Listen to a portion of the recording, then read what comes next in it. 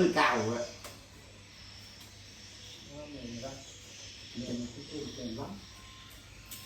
Không, 150 là cao rồi, bộ với thấp hay vừa hay nào? Không, cỡ nữa ta là 150 chứ đụng mày ấy quá đâu. Của em vậy thấp hả? Thấp quá có sao không nè? Mày ngon. Vậy đâu mà chơi còn thở sợ.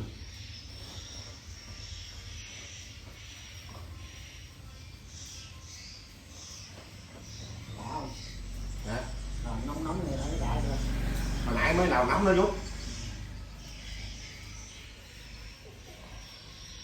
Mềm đó.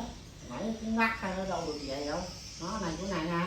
Nó Nó mới hơi đây vậy nó mềm nè, thấy không? sắc hơn còn nóng còn mềm nữa chứ thật không? Ông có sắc hơn còn nóng ông Này là nhớ vụ đó người ta. vậy đó coi. Nhớ chứ.